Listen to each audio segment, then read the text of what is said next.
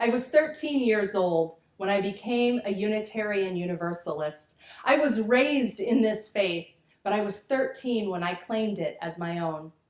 It was a Sunday afternoon, and I was waiting for my parents to finish their committee meetings after service. All the other kids had left, and I was bored. I wandered into the visitor's corner, and a little red wallet card caught my eye. It said in bold letters on the front, "What do Unitarian Universalists believe?" My 13-year-old self wondered, what do Unitarian Universalists believe? As I read the 10 statements written by the Reverend David O. Rankin, in my heart, in my soul, as I read those words, I said, yes, this is what I believe. One phrase in particular planted itself in me like the deepest truth, and I never forgot it. We believe in the motive force of love. It was in that moment when I knew that this was my religion. I start with this story to ground the work of UU the Vote in our theology, which is its foundation and its inspiration. This year marks the 250th anniversary of what we celebrate as the beginning of Universalism in the United States. It was on September 30th, 1770, that Universalist John Murray preached his first sermon on this continent. And the truth that I read in that little red wallet card, the truth I've never forgotten, is the message of Universalism. 250 years ago, in the context of religious notions of God rooted in punishment, damnation, and the division of humanity between worthy and unworthy, saved and damned, the idea of universal salvation, that God's love is unconditional, that no one is cast out, and that salvation is not individual but collective, was radical and liberating. Universalism proclaimed that humanity was bound together in a common destiny, and that love is the thread that binds each of us to the other and everyone to creation. Universalists believed that God is love. They also believed in hell. They just believed that it existed here and now on the earth.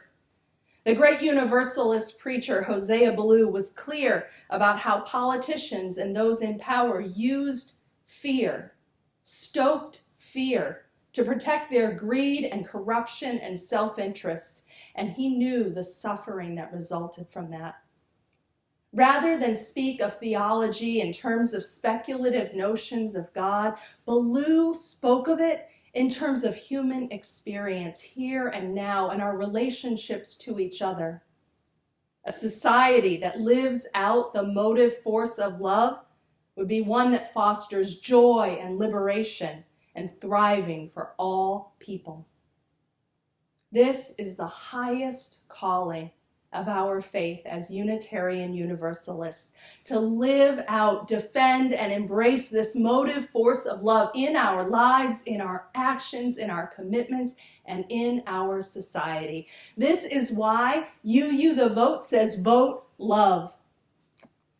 Today, in our context, we are witnessing the emboldening and authorization of ideologies rooted not in love and interdependence, but in domination, authoritarianism, and dehumanization. And just to be clear, this is not new. It has a long and deadly history on this continent, going back more than 400 years. And yes, even our Universalist ancestors came from that same lineage of Christian European conquest and limited the vision of universalism only to white society. A limit that we are still trying to redeem ourselves from. It is dehumanization that creates systems that put children in cages, that deny health care to our transgender siblings, that allow police violence and the murder of Black people to continue unabated and without accountability.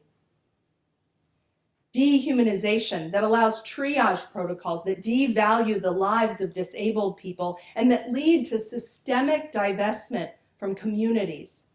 The resources from housing to education, healthcare to jobs, and the criminalization of poverty. Just as Hosea Ballou named it, the tool of dehumanization, its propaganda is fear. Propaganda that tells us to fear our neighbor, that we are not family and kin, but enemies.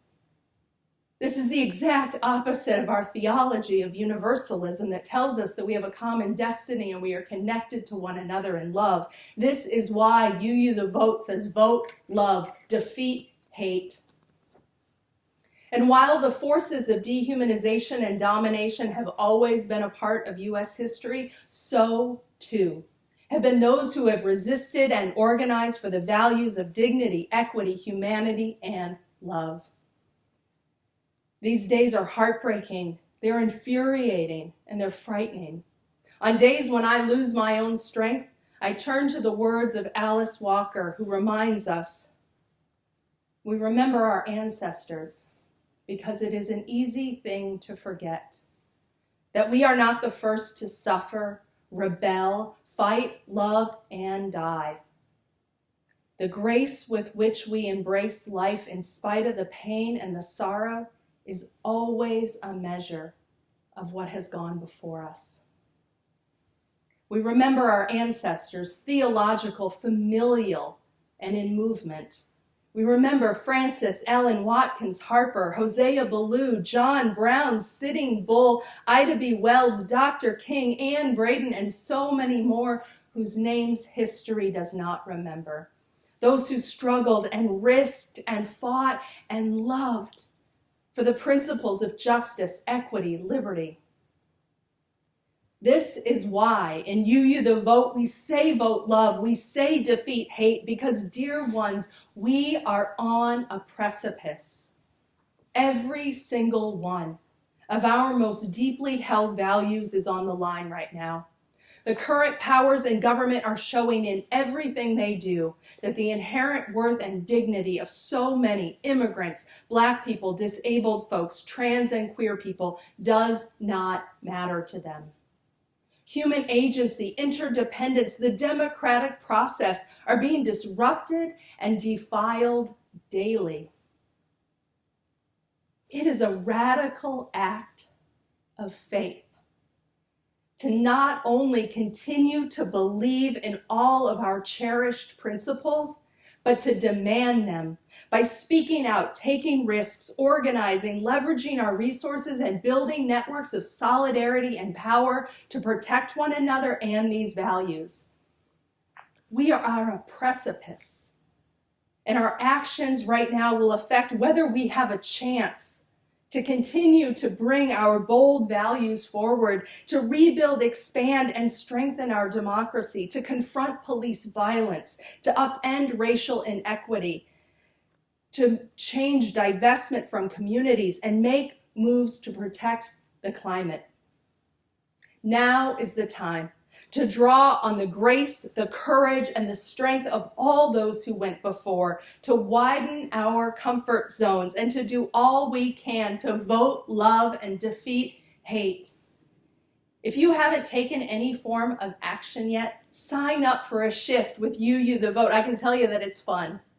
And if you've written postcards to voters, but you feel nervous about phone banking, do it with your fellow UUs. And if you've been all in with You the Vote from the beginning, keep it up and start planning for how you will show up and organize after November 3rd.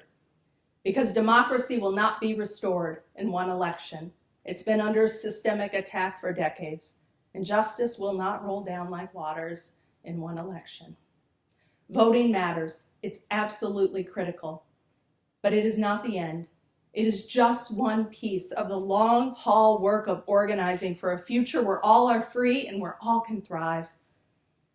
Will you show up in the streets, set up to contribute to a bail or legal assistance fund, open your church building to protesters needing refuge from state repression, tap into your own endowment or discretionary funds to make sure that grassroots organizers have the funds they need for their work? There is so much to do. And our faith calls us to love more radically, to give more generously, to believe more fervently that another world is possible, and be willing to be all in for that future. As you've heard me say many times before, this is no time for a casual faith, no time for a casual commitment to what you hold most dear. And this is no time to go it alone. Friends, we are in this work together. I invite you to be deeper in this work of You the Vote with us. May we remember that we are held by love always. May we remember that we are held by and with one another. And may we all together be all in today, tomorrow, next month, and next year for justice, for love, for democracy, and for a future that is free and thriving for all people. May it be so.